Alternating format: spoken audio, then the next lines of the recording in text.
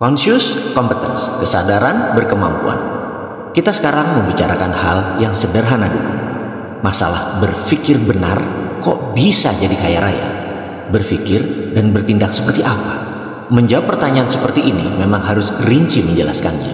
Juga harus memberi contoh dan pengalaman. Contoh saja membuat mengerti tapi tak merubah apapun. Hanya conscious saja, tetapi tetap incompetence, tetap tidak berkemampuan. Maju setahap, benar.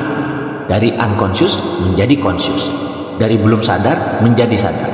Tapi nggak ada bedanya, karena keduanya tetap incompetence. Kita masih belum berkemampuan. Menjadi conscious dan competence itu poin diskusi kali ini. Menjadi kompeten, berkemampuan untuk makmur.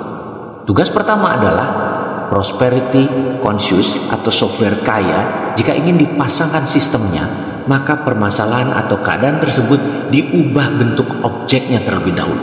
Kita harus mampu membuat isi kepala semua orang dipasang objek tersebut. Ini lebih dari visual. Oke, agak sulit menerima informasi ini. Saya coba katakan dalam bentuk lain dengan contoh.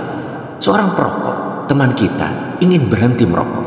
Dia sudah coba berbagai cara, tetap saja kalau dia lagi stres, lagi cari ide, habis makan, selalu harus merokok. Maka saya sebagai orang yang diminta untuk menghilangkan kebiasaan merokok tersebut harus melakukan yang namanya mengubah objek.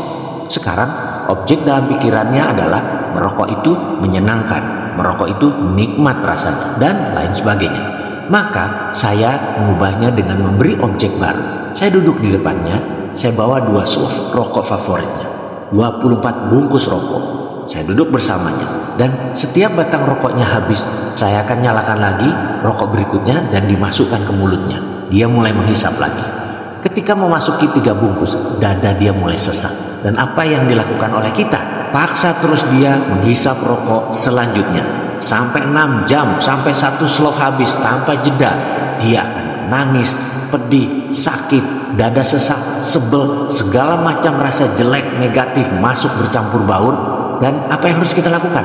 Kita tidak peduli terhadap pendapatnya. Dia mau nangis kek, kita tidak peduli. Kita terus sadis, kita harus sontoloyo, kita harus kejam. Sampai dia benar-benar tidak bisa bernapas.